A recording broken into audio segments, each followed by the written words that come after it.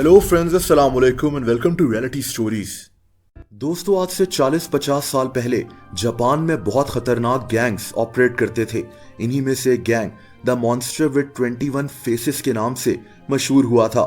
इस गैंग की दहशत ने जापान जैसे मुल्क को हिला कर रख दिया था। इस वीडियो में आप इसी गैंग से जुड़े एक अजीब केस के बारे में जानेंगे। दोस्तों, 1984 में जापान के शहर निशिनोमिया में एक अमीर बिजनेसमैन रहता था। इस आदमी का नाम कात्सुहिसा इज़ाकी था। यह आदमी इज़ाकी ग्लेसो नाम की एक मशहूर फूड कंपनी का मालिक था। यह 18 मार्च 1984 की रात थी। यह आदमी अपने घर पर अपनी फैमिली के साथ खाना खा रहा था। अचानक दो नकाबपोश आदमी इसके घर में दाखिल हो गए। इन लोगों ने कात्सुहिसा के बीवी बच्चों को घर के एक बाथरूम में बंद कर दिया। इसके बाद ये लोग जबरदस्ती इसे अपने साथ एक गाड़ी में बिठा कर ले गए। दोस्तों, ये आदमी अब समझ चुका था कि इसे अगवा किया जा रहा है। असल में ये वो वक्त था जब जापान में अगवा बराए तवान के बहुत से वाकयात होते थे। खैर, ये लोग इस आदमी को इस शहर से 67 किलोमीटर दूर ले गए। अगवाकार इससे 1 अरब येन हासिल करना चाहते थे। दूसरी तरफ इसके अगवा की यह खबर पुलिस तक पहुंच गई। पुलिस इस आदमी को तलाश करने के लिए जगह जगह ऑपरेशन करने लगी। इसी दौरान कात्सुहिसा इस गैंग के चुंगल से भाग निकला। ये 21 मार्च की रात थी जब ये आदमी अपने घर सही सलामत पहुंच गया। 8 अप्रैल 1984 के दिन निशिनोमिया शहर की पुलिस को एक अजीब सा खत मिला। ये खत मॉन्स्टर विद 21 फेसेस नाम के एक गैंग ने भेजा था। ये वही गैंग था जिन्होंने उस आदमी को अगवा किया था। दोस्तों, इस खत में ये गैंग पुलिस का मजाक उड़ा रहा था कि पुलिस इन्हें इतनी कोशिशों के बावजूद भी पकड़ नहीं सकी। पुलिस ने आज से पहले इस गैंग के बारे में कभी नहीं सुना था। इस वाकये के 2 दिन के बाद एक ऐसा हादसा सामने आया जिसने सबको हिला कर रख दिया। ये 10 अप्रैल का दिन था जब कात्सुहिसा की फैक्ट्री के एक हिस्से में अचानक आग लग गई। इसके पीछे उसी गैंग का हाथ था।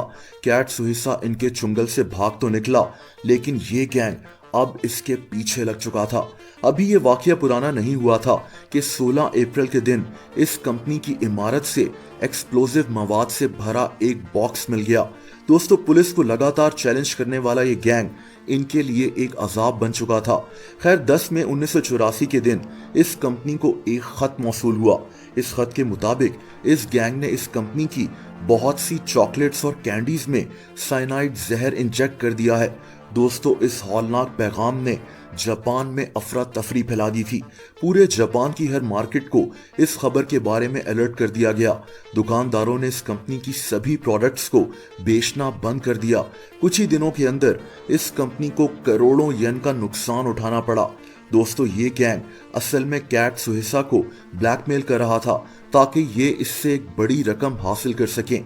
इस दौरान पुलिस को इस शहर की एक दुकान के सीसीटीवी कैमरा से एक वीडियो मिली। इस वीडियो में एक आदमी ग्लेसो कंपनी की प्रोडक्ट्स के साथ छेड़छाड़ करते पकड़ा गया। दोस्तों, इस वीडियो में इस आदमी का चेहरा वाज़ेह तौर पर नजर नहीं आ रहा था। पुलिस के पास इस गैंग के खिलाफ बस यही एक सबूत था। खैर, ब्लैकमेलिंग का ये सिलसिला 25 जून 1984 तक जारी रहा। 26 जून 1984 के दिन कात्सुहिसा को इस गैंग की तरफ से एक और खत मौसूल हुआ। इस खत के मुताबिक इस गैंग ने कात्सुहिसा को माफ कर दिया है। अब ये गैंग इस कंपनी और इसके मालिक को मजीद तंग नहीं करेगा। इस वाकये के चंद महीने तक ये गैंग खामोश रहा। अभी पुलिस इस केस को सॉल्व करने में लगी हुई थी कि एक और नई मुसीबत सामने आ गई। 1 नवंबर 1984 के दिन इस गैंग ने जापान के शहर टोक्यो की मोरिनागा नामी एक फूड कंपनी को एक खत भेजा। इस खत में ये गैंग इस कंपनी से भी पैसों का मुतालबा कर रहा था। मोरिनागा के मालिक ने इतनी बड़ी रकम अदा करने से इनकार कर दिया। पुलिस को अब समझ आ गया कि इस इनकार के बदले जरूर कुछ बुरा होने वाला है। दोस्तों, टोक्यो की पुलिस डिपार्टमेंट हाई अलर्ट हो गया। इस गैंग ने अब मोरिनागा कंपनी के साथ भी वही खेल खेला जो इसने ग्लेसो कंपनी के साथ खेला था। कुछ ही दिनों के अंदर ये गैंग इस कंपनी का 90% काम बंद करवा चुका था। दोस्तों, इस गैंग की दहशत पूरे जापान में फैल चुकी थी।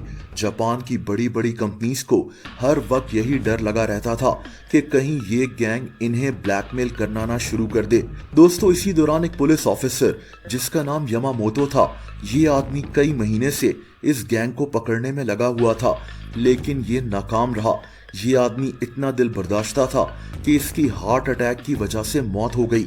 ये खबर जापानीज मीडिया में फैल चुकी थी। इस वाकये के बाद जापान की पुलिस को इस गैंग का आखिरी खत मौसूल हुआ। खत में लिखा था कि ये गैंग इस आदमी के मरने पर खुश नहीं था। इस गैंग का कहना था कि ये आज के बाद किसी भी कंपनी को ब्लैकमेल नहीं करेंगे।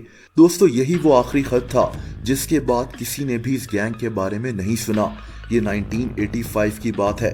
मॉन्स्टर विद 21 फेसेस गैंग के पीछे कौन लोग थे, आज तक जापान में कोई नहीं जान सका। दोस्तों, अगर आप मुझे इंस्टाग्राम पर भी फॉलो करना चाहें तो उसका लिंक नीचे मौजूद है।